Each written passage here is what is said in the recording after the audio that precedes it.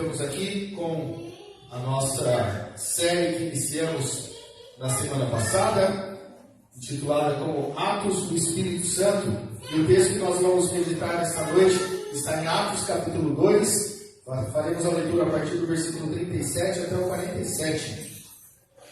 Atos 2, 37 ao 47.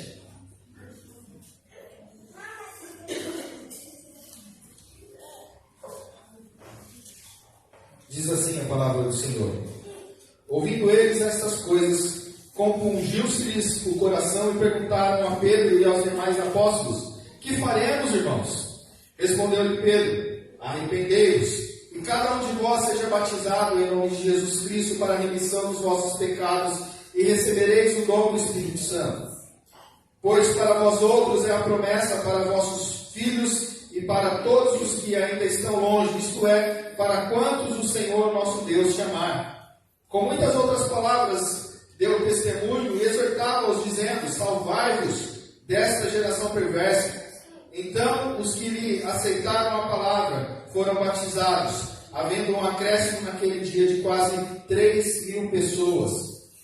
E perseveravam na doutrina dos apóstolos e na comunhão, no partir do pão e nas orações. Em cada alma havia temor, e muitos prodígios e sinais eram feitos por intermédio dos apóstolos. Todos os que creram estavam juntos e tinham tudo em comum. Vendiam as suas propriedades e bens, distribuindo o produto entre todos à medida que alguém tinha necessidade.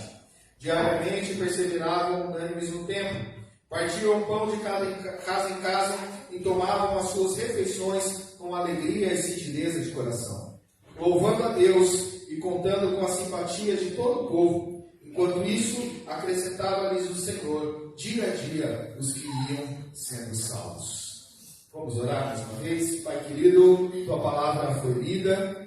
Cremos, ó Deus, no Senhor, na direção do Senhor, do Teu Santo Espírito, e por isso pedimos, ó Deus, abra nosso coração e mente para entendermos o que o Senhor tem preparado para nós nessa noite, para que nós possamos sair daqui, ó Deus, praticantes da Tua palavra, com muito mais vontade ainda de Te buscar, de Te adorar, de Te bendizer. Em nome de Jesus. Amém. Muito bem, na semana passada, como eu já disse, iniciamos a série Atos do Espírito Santo. Por que nós pensamos nesse nome? Quando nós olhamos para o livro de Atos dos Apóstolos, né, que é mais comumente conhecido, ele não fala tanto dos apóstolos, né? Vai citar aí pouquíssimos apóstolos. Vai falar do apóstolo Pedro, apóstolo Paulo e mais nenhum, né? São apenas esses dois que acabam citando aqui. Ele fala um pouquinho sobre a escolha dos 12, né, de Matias para tomar o lugar de Judas. Mas, na verdade, quando nós olhamos para esse texto e paramos para meditar nele, é muito clara a ação de Deus, a ação do Espírito Santo conduzindo a igreja por toda a história. Como que esse Espírito Santo vai abrindo portas, vai fechando portas, vai guiando os seus missionários para viagens, para pregar o Evangelho, e assim a palavra de Deus vai sendo difundida por todo mundo. Por isso, quando nós olhamos para esse texto, para esse livro, nós não podemos ver outro protagonista que não seja o Espírito Santo agindo por meio dos irmãos aqui que são citados. Algumas informações básicas sobre o livro. O livro foi escrito por Lucas. Lucas não foi um apóstolo, ele era um médico, mas que acompanhou Paulo em várias viagens, foi testemunha ocular de muitos acontecimentos. O livro de Atos ele é uma continuação do Evangelho de Lucas.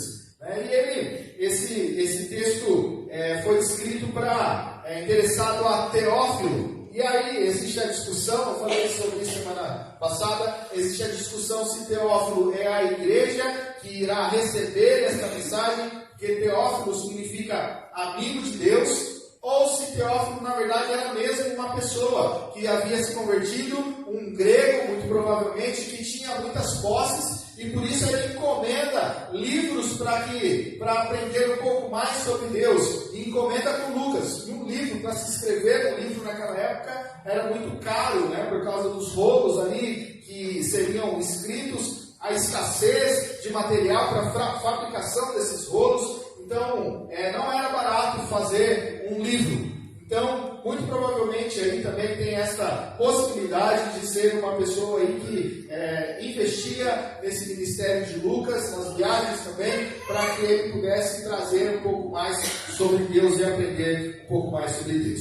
Na semana passada, nós falamos sobre a descida do Espírito Santo, sobre aquele evento que aconteceu ali no Pentecostes. Os discípulos, em torno de 120 discípulos reunidos no Sinédrio, lá em Jerusalém. E o Sinédrio era um tipo de uma sala no primeiro andar de uma casa, muito provavelmente perto de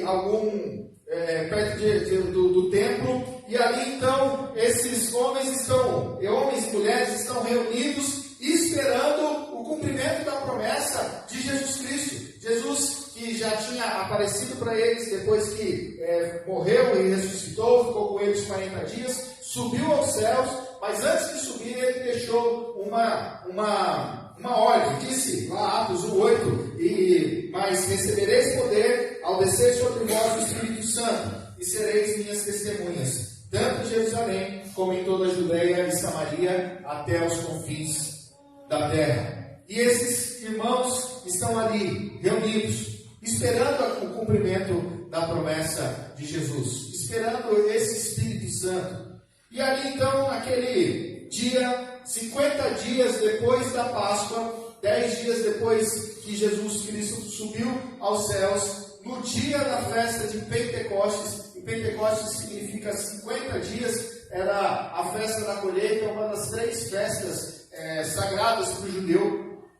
Muitas pessoas estão reunidas ali na cidade de Jerusalém, pessoas de várias nações, várias línguas estão ali para poder participar dessa festa. E acontece então 3 fenômenos sobrenaturais. O primeiro fenômeno é um alto som, o som de um vento impetuoso dentro daquela sala onde estão reunidos os discípulos, que faz com que todas as pessoas que estavam por perto ali no templo venham para aquele lugar onde eles estavam para ver o que estava acontecendo. Um barulho muito alto. E ali em seguida desse som vem então línguas como de fogo e pousam sobre cada um dos discípulos. E esses discípulos então começam a glorificar a Deus. E todas as pessoas que estão vendo aqueles discípulos começam a ouvir eles falando na sua própria língua materna. Pessoas que falavam em grego estavam ouvindo os discípulos glorificarem a Deus em grego. Pessoas que falavam em aramaico estavam ouvindo os discípulos glorificarem em aramaico. Pessoas que falavam hebraico estavam ouvindo os discípulos glorificar em hebraico. E eles começaram a ficar se perguntando: o que é isso? O que está acontecendo? Porque nós estamos ouvindo na nossa própria língua materna. E essas pessoas não são pessoas tão cultas assim para saber vários idiomas. Alguns outros começaram a dizer: isso não é nada, esse povo aí estão embriagados. Né? E aí então nós chegamos ao texto que nós temos hoje. Na semana passada, diante desses fatos, nós aprendemos que o Espírito Santo do Senhor é o sopro de vida em nós, que nós não podemos viver sem Ele, que somos a habitação do Espírito Santo e Ele nos conduz a uma vida de santidade e que nós devemos buscar cada vez mais ser cheios desse Espírito Santo. E agora nós chegamos ao texto que nós lemos agora. Esse texto é uma continuação daquele evento que aconteceu lá no dia de Pentecostes, da descida do Espírito Santo sobre aqueles irmãos, aqueles discípulos. Diante de tudo que aconteceu, Pedro então se levanta e começa a pregar a palavra de Deus, começa a falar sobre Jesus Cristo com muita intrepidez, e ele fala ali e cita textos bíblicos, e aquelas pessoas começam a entender o que ele está dizendo, e aquelas pessoas começam a ficar aflitas e perguntam: e agora? Diante dessa mensagem, diante desse Jesus que você acabou de nos apresentar, o que nós devemos fazer? E a resposta de Pedro é: arrependam-se e sejam batizados. Arrependam-se e sejam batizados. E naquele dia acontece outro fenômeno maravilhoso. 3.000 pessoas se convertem. E é interessante porque parece que o pregador nos dias de hoje precisa pregar 3.000 sermões para que uma pessoa se converta. E aquele dia, através de um sermão, 3.000 pessoas se convertem. O reverendo Fernandes disse que nem foi um sermão tão profundo assim, né? Que foi um sermão mais ou menos ali de Pedro, né? Mas que 3.000 pessoas se convertem, têm esse encontro com Cristo. E isso devido à ação do Espírito Santo. Depois disso, aquela comunidade que era de 120 pessoas tem um grande crescimento, passa para mais de 3.000 pessoas. E aí o texto relata como essa nova comunidade cristã vivia, perseverantes na doutrina dos apóstolos, no partir do pão e nas orações, muito temor entre eles eram testemunhas de sinais e prodígios, vendiam as suas propriedades e davam às pessoas, doavam às pessoas que não tinham nada. Todos os dias elas estavam unânimes no templo. Todas aquelas pessoas estavam no templo todos os dias para aprender dos apóstolos. E a comunidade crescia cada vez mais, através da simpatia do povo. E Deus mandava cada vez mais pessoas para aquele lugar. Que maravilha, irmãos! Imagina você fazer parte dessa comunidade. Quem gostaria de estar lá? Levanta a mão. Só que tem um porém aí, irmãos. Esse foi uma pegadinha agora, né? Vocês se lembram que bem nessa época começa a perseguição também. E pessoas começam a ser presas por se declararem cristãos. Homens e mulheres sendo jogados em arenas para ser comidos por leões, por não negarem a fé. Vocês estariam dispostos a fazer isso? Amém, né? Estamos dispostos também? Pela fé estamos dispostos? Amém. Se um dia acontecer isso, irmãos, não tenho dúvida nenhuma. Deus nos capacitará para nós nos mantermos firmes. Pode confiar nisso. É Deus que nos capacita, não é pela nossa força. Não foi pela força desses homens. Essas pessoas foram usadas por Deus. Gosto muito que um dos pais da igreja diz que o sangue dos mártires é a sementeira do Evangelho. A cada morte de um mártir, outros tantos se convertiam ao cristianismo e pessoas eram alcançadas por Jesus Cristo. E é melhor morrer e estar na glória com Deus do que viver longe de Deus. Né? Amém? Amém. Tá bom, então vamos lá. Vamos agora que somos alcançados pelo Espírito Santo. Agora então nós vamos meditar sobre o poder do Espírito Santo sobre a igreja. O poder do Espírito Santo sobre a igreja. E a primeira coisa, irmãos, que nós podemos notar nesse texto é o poder do Espírito Santo é expresso na pregação da palavra de Deus. O poder do Espírito Santo é expresso na pregação da palavra de Deus. Quando o Espírito Santo desceu sobre os discípulos de Jesus lá no dia de Pentecostes, todos eles começaram a glorificar a Deus em sua própria língua, os outros escutando na língua materna, uma ação sobrenatural de Deus, e aquelas pessoas começam a ficar pensativas sobre tudo que está acontecendo, sobre aquele fenômeno. Imagina eu aqui pregando em português e entra aqui um americano e começa a ouvir a mensagem e entender como se eu estivesse falando em inglês. Era exatamente isso que estava acontecendo naquele lugar. O próprio Deus agiu de maneira poderosa nos seus discípulos para que eles pudessem expressar esse poder do Espírito Santo ali naquele lugar. E diante desse fato, então, Pedro vê tudo o que está acontecendo e se levanta. Aquele mesmo Pedro, um pescador, um homem talvez não tão culto assim, esse homem se levanta e começa a falar do amor de Deus. Começa a explicar o que está acontecendo. E lá no versículo 17 ao versículo 21, ele diz o que está acontecendo para aquele povo. Ele diz o seguinte: e acontecerá nos últimos dias, diz o Senhor, que derramarei do meu espírito sobre toda a carne. Vossos filhos e vossas filhas profetizarão, vossos jovens terão visões, e sonharão vossos velhos. Até sobre os meus servos e sobre as minhas servas derramarei do meu espírito naqueles dias, e profetizarão. Mostrarei prodígios em cima dos céus, e sinais embaixo na terra, sangue, fogo e vapor de fumaça. O sol se converterá em trevas, e a lua em sangue, antes que venha o grande e glorioso dia do Senhor. E acontecerá que todo aquele que invocar o nome do Senhor será salvo. Pedro estava tirando essas palavras de onde? Eram palavras que saíam da boca de Pedro e do seu intelecto apenas? Não. Pedro estava citando a profecia de Joel. Centenas de anos antes de Jesus Cristo, Joel já tinha profetizado sobre a descida do Espírito Santo. E em seguida ele então começa a falar de Jesus. No versículo 22, ele começa a falar como que Jesus Cristo era um homem de verdade, mas também era um Deus de verdade. Um ser que operava grandes sinais, grandes milagres. E eles conseguiam ver e perceber a divindade de Deus em Jesus Cristo. O Deus Filho, de fato, estava presente ali. Versículo 23, Pedro começa a falar como esse Deus Filho foi morto por mãos iníquas, por pecadores, mas segundo o propósito de Deus. Deus já tinha definido que seria assim que aconteceria, mas isso também não os deixa, aos ouvintes que estavam ouvindo essa pregação de Pedro, não deixam que eles também deixem de ser responsáveis pela ação que aconteceu ali. Mesmo sendo propósito de Deus, o ser humano é culpado por ter crucificado a Jesus Cristo.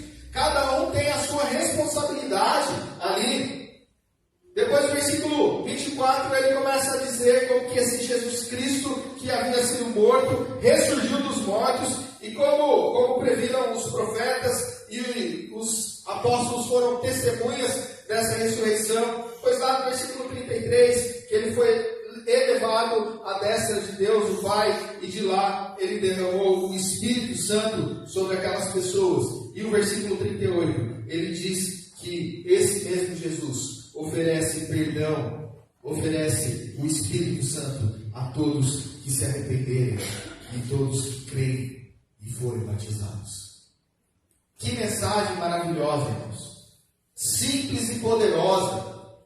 Uma ação extraordinária do Espírito Santo, do poder do Espírito Santo sobre Pedro, sobre os apóstolos que estavam ali. O texto nos diz que aqueles ouvintes, versículo 37, eles começam a perguntar para Pedro, e não só para Pedro, mas para os outros discípulos que estavam ali também, dizendo: olha, o que nós vamos fazer agora? E Pedro diz: olha, se arrependam. Algumas coisas me chamam a atenção nesse texto, queridos. Primeira coisa que me chama a atenção é que o Espírito Santo capacitou Pedro para falar de Jesus Cristo.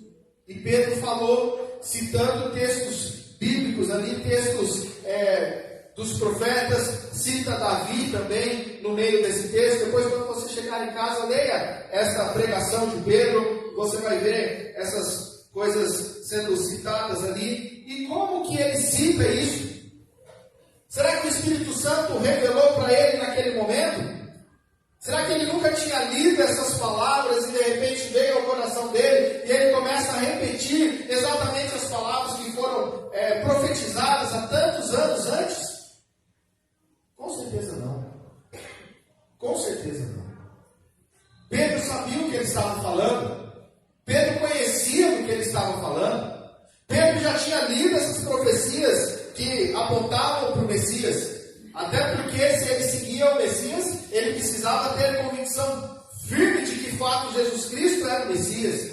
Por isso ele conhecia as profecias de Joel, ele conhecia as profecias de Isaías, ele conhecia todas as outras profecias que apontavam para Jesus Cristo, que Davi falava nos Salmos e tudo mais. A ação do Espírito Santo aqui é trazer à memória o que ele já sabia, e ele então proclamar o que ele já sabia. Os discípulos tiveram o privilégio de andar com Jesus fisicamente, mas mesmo assim, eles conheciam das Escrituras Sagradas. Eles não dependiam só de aprender de Jesus Cristo. Eles já tinham aprendido isso quando eram crianças. Na cultura judaica, quando a criança começa a aprender a ler, ela já vai para a sinagoga e ali ela aprende a decorar o Pentateuco inteiro. Os 5 primeiros livros da Bíblia ela decora. E ali as que se destacam mais essas crianças então vão ser convidadas a ficar um pouco mais de tempo para decorar os profetas, maiores e menores que nós temos na Bíblia. E depois disso, as que se destacarem mais serão escolhidas por rabinos. E esses rabinos convidarão esses agora adolescentes para estarem junto com eles, seguindo eles, aprendendo dos rabinos, para que num dia essas pessoas também se tornem rabinos.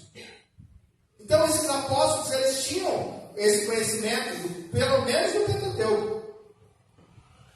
Pelo jeito que nós entendemos aqui, Pedro já conhecia um pouco mais, já conhecia os profetas também. O que eu estou querendo dizer aqui, queridos? É que para nós sermos usados pelo Espírito Santo, proclamando o Evangelho de Deus, é necessário que a gente conheça de fato a Jesus. Não adianta a gente querer conhecer a Jesus só no domingo, pelo que o pastor Pedro fala aqui no púlpito, 20, 30, 40 minutos. Quando ele está empolgado, até 50 minutos, né? Mas é difícil acontecer os 50 minutos, né? Mas, geralmente 30 minutos aí. Será que é assim que a gente tem conhecido a Jesus Cristo? Nós temos dependido do que outros falam? Ou nós temos buscado de fato conhecer a esse Jesus de verdade? Para que, ao conhecer esse Jesus, e quando nós formos falar desse Jesus, nós sermos usados pelo Espírito Santo, trazendo o que nós já conhecemos dele. Como eu já disse, os apóstolos conheceram a Jesus, andaram fisicamente com Jesus. Nós não andamos fisicamente com Jesus. Conhecemos Jesus através do quê? Através das Escrituras Sagradas. João 5,39, examinai as Escrituras. O próprio Jesus falando isso. Examinai as Escrituras, porque julgais ter nelas vida eterna. E são elas mesmas que testificam de mim. Quer conhecer a Jesus? Quer contemplar esse Jesus? Leia a palavra de Deus. Busque conhecer mais desse Deus. Eu tenho ouvido alguns debates bíblicos, né? E é tão gostoso ver isso, né? A gente cresce muito, aprende muito. E a gente também se enche de satisfação, né, por ver que o que a gente acredita, de fato, é o que tem sido defendido, né, e como outras teorias ou teologias que vão contra o que a gente tem buscado aprender, contra o que a Bíblia nos ensina, são tão fracas. Né? Mas eu ouvi essa semana um debate onde um pastor defendia a divindade de Jesus Cristo, enquanto o outro defendia que Jesus Cristo, na verdade, é um Deus menor. E é muito lindo olhar para a palavra de Deus e ver como que o próprio Deus, no Antigo Testamento, se apresenta como o Alfa e o Ômega, o início e o fim. E quando nós chegamos lá em Apocalipse, nós vemos o próprio Jesus Cristo dizendo: eu sou o Alfa e o Ômega, o início e o fim. Como que a própria Escritura aponta para Jesus Cristo sendo esse Deus eterno, glorioso, grandioso. O Deus que merece todo louvor, toda honra, toda glória, o digno que nós cantamos aqui. E como nós conhecemos isso, irmãos? Como nós saberemos disso? Quando nós lemos a palavra de Deus. Quando nós buscamos aprender mais. Senão nós vamos ser levados por tantas outras ideias. Deus é Jesus Cristo, não é Deus. Ou Deus e Jesus são a mesma pessoa, não são pessoas distintas. Ou quando adoramos a Deus e a Jesus Cristo e ao Espírito Santo, muitos vão dizer que nós somos panteístas, porque adoramos três deuses, quando essas pessoas não reconhecem que de fato Deus é trino, que existe a pessoa do Deus Pai, a pessoa do Deus Filho e o Espírito Santo, e os três são um só Deus. E quando nós não conhecemos a palavra de Deus e ouvimos essas coisas, começamos até a duvidar da nossa fé. Precisamos conhecer a palavra de Deus. Pedro conhecia a palavra de Deus e era usado pelo Espírito Santo para falar dessa palavra de Deus. Quer ser usado pelo Espírito Santo? Quem quer ser usado pelo Espírito Santo aqui? Diga um amém. Amém. Conheça a palavra de Deus. Busque mais sobre esse Deus. Segunda coisa que me chama a atenção é que quando a palavra de Deus é pregada no poder do Espírito Santo, as pessoas são impactadas. Não tem como ninguém sair impactado com a pregação da palavra de Deus. Isaías 55:11 diz: assim será a palavra que sair da minha boca. Não voltará para mim vazia, mas fará o que me apraz e prosperará naquilo para que a designei. Hebreus 4:12, porque a palavra de Deus é viva e eficaz, e mais cortante do que qualquer espada de 2 gumes, e penetra até a divisão de alma e espírito, e de juntas e medulas, e é apta para discernir os pensamentos e as intenções do coração. Quando lemos a palavra de Deus, quando nós proclamamos a palavra de Deus, pessoas são impactadas, desde aquelas que estão ouvindo até aquelas que estão pregando. Há alguns dias atrás, o nosso irmão presbítero Cury mandou uma imagenzinha do Instagram, onde o Reverendo Hernandes tinha colocado. Era a frase de outro escritor. Eu não me lembro quem que era o escritor, mas ele dizia o seguinte: se a mensagem de Deus, ele dizia que ele chegava no púlpito e tinha um bilhete atrás do púlpito, dizendo assim: se a mensagem que você vai pregar agora tiver impactado a sua vida, você pregue essa mensagem. Se ela não tiver impactado a sua vida, não pregue essa mensagem. E é exatamente isso, irmãos. Toda vez que nós subimos aqui para pregar o Evangelho, essa mensagem tem que vir primeiro para mim. Tem que impactar a minha vida, para que eu possa transmitir para os irmãos, para que Deus possa me usar para falar ao coração. Porque se ela não tocar no meu coração, eu vou subir aqui e ser apenas um palestrante. Uma palavra, trazendo uma palavra que não tem o fogo do Espírito. Uma palavra que talvez venha só a acalentar o coração dos ouvintes. Uma palavra que, ao sair daqui, a gente já nem mais se lembra. Por isso, essa mensagem primeiro impacta a minha vida, para impactar a vida dos ouvintes. Do mesmo modo, irmãos, a todos que não são pregadores de profissão, como pastores aí de ministério, quando você lê a palavra de Deus, ela tem que impactar a sua vida. Quando você falar para outra pessoa, essa palavra tem que impactar primeiro você, e depois essa palavra pode impactar a vida da outra pessoa. Mas a verdade é que a palavra de Deus sempre vai impactar alguém. Sempre. Sempre será para alguém. Ela sempre alcançará alguém. Foi isso que aconteceu naquele dia do Pentecostes. É isso que acontece toda vez que nós lemos e ouvimos da palavra de Deus. Deus chama o seu povo para ser santo através do seu Filho. E a terceira coisa que me chama a atenção aqui nesse texto é que quando nós somos tocados, impactados pelo poder do Espírito Santo, não podemos continuar como estamos. O que aconteceu com aquelas pessoas? O versículo 37 diz: ouvindo eles estas coisas, compungiu-se-lhes o coração. O que será que é esse negócio de compungiu-se-lhes o coração? Vamos ver lá na NVT, na outra versão, que diz: as palavras partiram o coração dos que ouviram. Lá na NVI vai ser traduzida como ficaram aflitos em seu coração. Você já passou por isso alguma vez? Quando você faz alguma coisa, percebe que você fez algo errado, e aí você começa a sentir aquele frio na barriga, o coração começa a acelerar mais, você começa até a suar frio ali, começa a tremer, o corpo perde as forças. Já passou por esse momento? Porque você sabe que você fez algo errado e aquilo vai ter consequência na sua vida? Eu passei por isso há 2 semanas atrás. Precisava pagar um boleto do convênio, e ao invés de pagar o boleto do mês que estava vencendo, eu paguei o boleto do mês seguinte e deixei de pagar o que ia vencer. E aí, na hora que aconteceu aquilo, eu senti tudo isso que eu falei. E aí liguei lá no saque para reclamar e falei: já aconteceu isso, por favor, vocês podem se tornar? Eu falei: sinto muito. Agora você vai ter que pagar o que venceu. Porque se você pagar o que venceu, vai ter 15 dias. O vencimento vai ser cancelado o convênio. Misericórdia, né?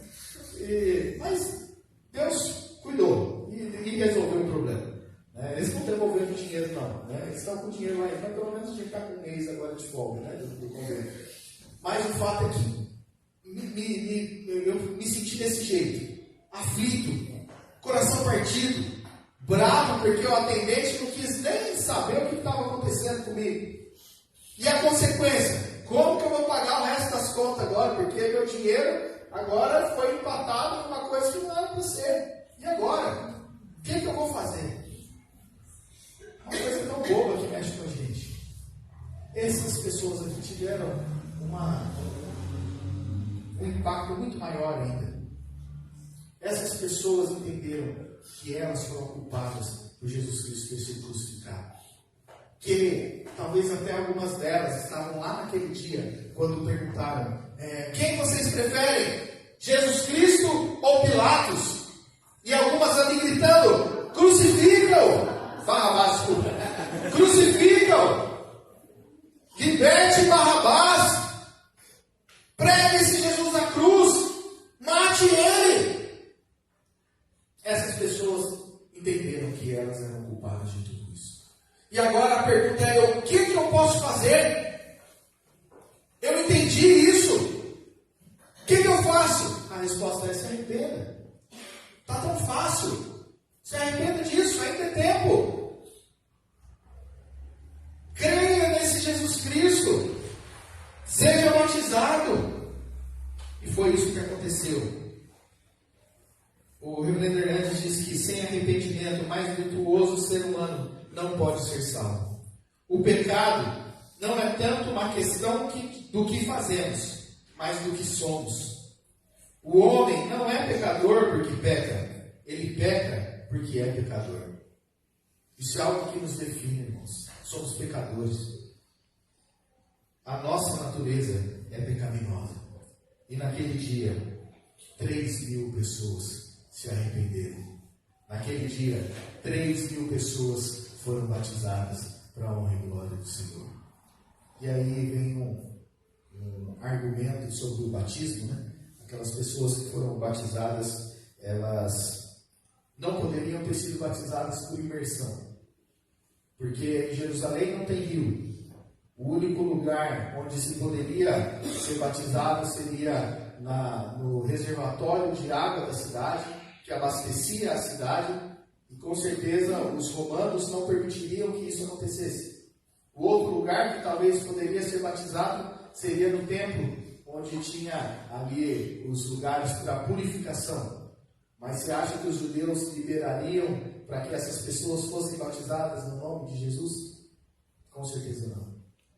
Aqui, muito claramente, podemos concluir que esse batismo foi por aspersão, do mesmo modo que nós batizamos aqui na igreja presbiteriana. Muito bem. Em segundo lugar, em primeiro lugar, nós podemos ver o poder do Espírito Santo expresso na pregação da palavra de Deus. Em segundo lugar, nós podemos ver o poder do Espírito Santo expresso na nova igreja. Uma igreja que era de 120 pessoas. Pense que nós temos na nossa igreja em torno de 84 membros, né, Jair? 84 membros aqui comungantes na nossa igreja. Agora pensa que ali era uma comunidade de 120 membros. E que de repente teve um acréscimo de um dia para o outro de mais 3.000 pessoas. Que maravilha! Imagina que não tinha nem lugar para se reunir, né? Aquele sinédrio, aquela sala onde eles já se reuniam, já não caberia mais. E o que aconteceu então? Como o número foi tão grande, essas pessoas começaram a buscar a Deus no templo. Essas pessoas começaram a ir para o templo. E aí a Bíblia fala o que essas pessoas faziam, qual eram as características dessa nova igreja, dessa comunidade, ou como é mais conhecida aí por muitos, a igreja primitiva. Como que eles viviam? A primeira igreja vivia como uma igreja que buscava conhecer mais sobre Jesus através dos apóstolos. Aqueles convertidos agora, eles precisavam ser doutrinados na palavra do Senhor, porque eles criam que viria o Messias. E eles conheciam, muitos ali conheciam as profecias sobre o Messias. E agora esses apóstolos precisavam mostrar a cada dia mais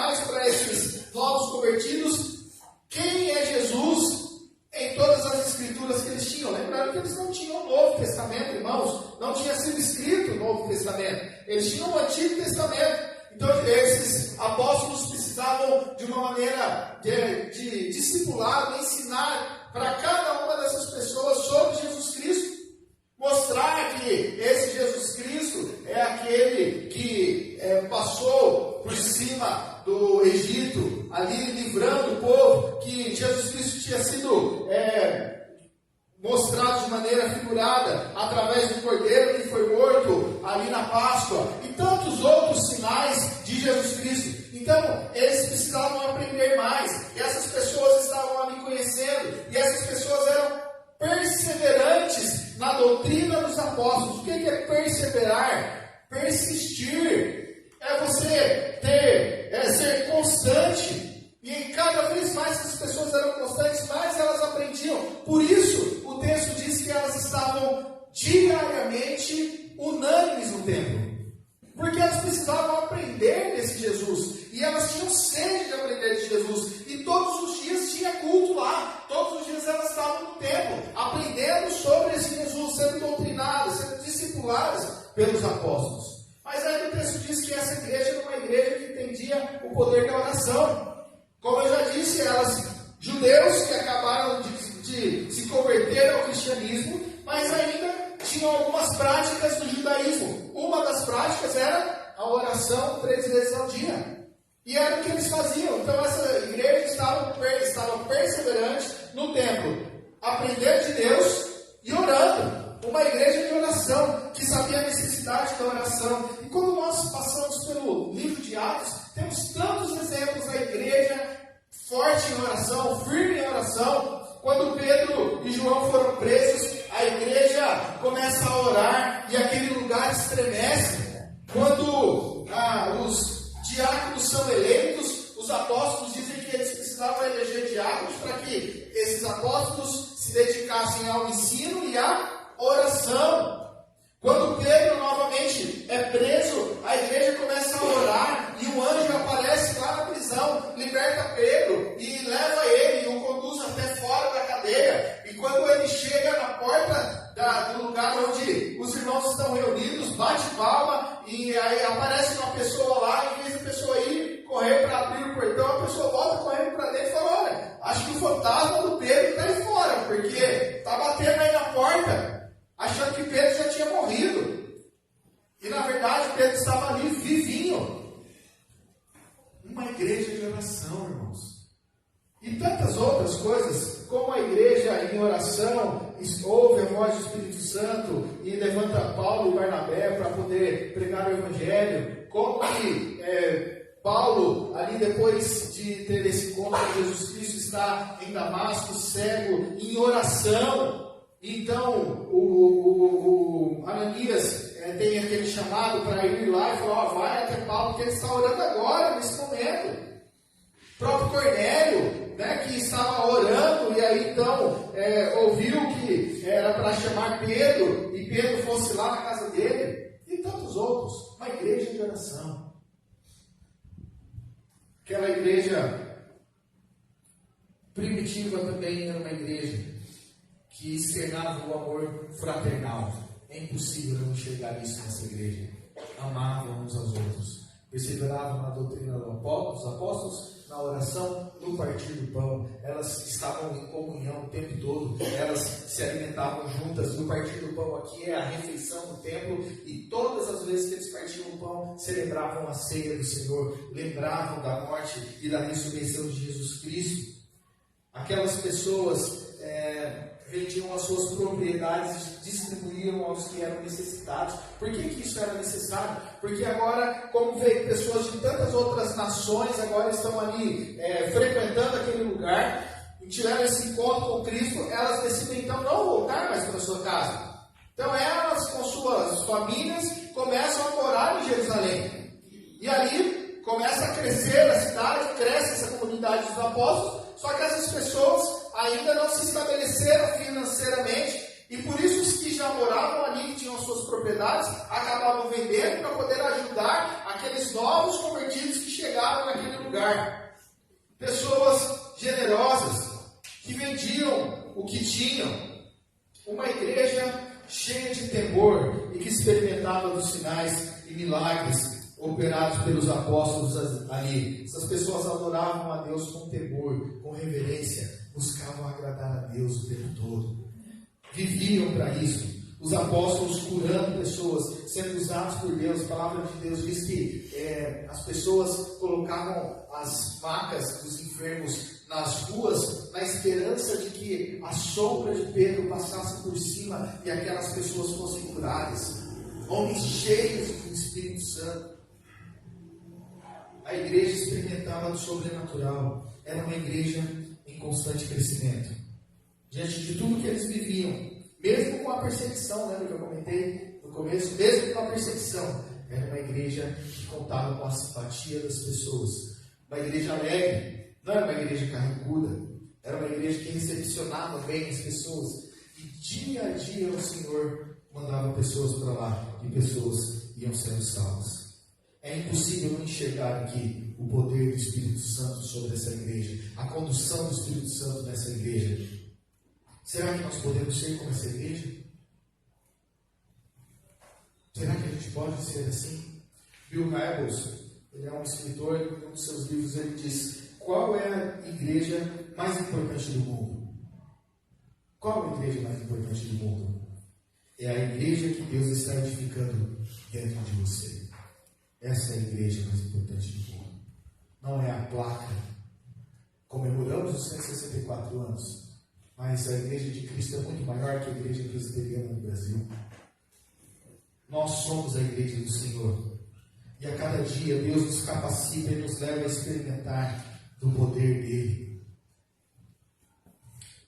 Nós somos capacitados a ser perseverantes na palavra, na oração, na comunhão. Por isso, o convite para nós é buscar cada vez mais essa constância nos caminhos do Senhor.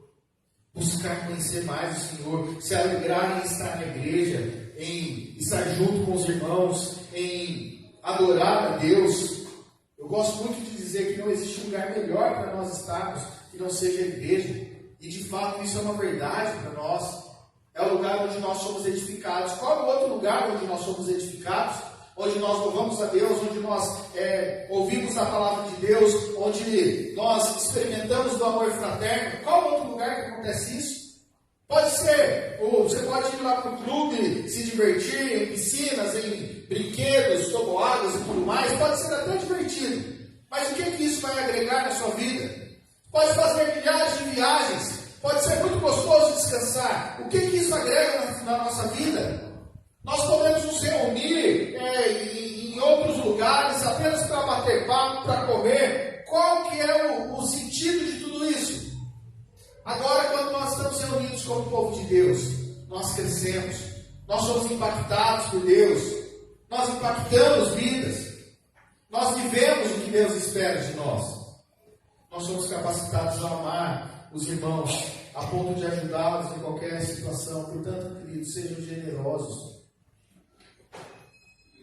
Dizem que a última parte do corpo do ser humano a ser convertida é o bolso. Se não me engano, foi o Rodrigo Augusto Nicodemos, disse que o órgão mais difícil de ser alcançado é o bolso do ser humano. Né? Porque a gente gosta de reter o dinheiro. A gente não gosta de ser generoso. Não. Comentava hoje com alguns irmãos lá em cima sobre uma oferta que foi feita à Igreja Presbiteriana de Pinheiros. Eles começaram uma campanha com a meta de arrecadar 42 milhões de reais. E uma só pessoa fez essa doação. Que exemplo, irmãos. E nós retendo as moedinhas em casa. Somos chamados para ser generosos. E Deus abençoa quando nós somos generosos. O texto diz que aquelas pessoas vendiam os seus bens. Eu não estou dizendo aqui para você vender os seus bens. Até porque isso foi um problema posteriormente para a igreja. Como aquelas pessoas não tinham trabalho e foram vendendo os seus pertences, chegou uma hora que houve grande fome ali naquele lugar. A ponto do apóstolo Paulo ter que pedir ajuda para outras igrejas para poder enviar ali para Jerusalém para suprir a necessidade dos irmãos. Portanto, nós não estamos falando aqui de fazer coisas absurdas. Mas se você tem condições, ajude o próximo. Quantas pessoas, talvez aqui no meio de nós, não sabem o que vai comer nessa semana? Não sabem como vai pagar as suas contas?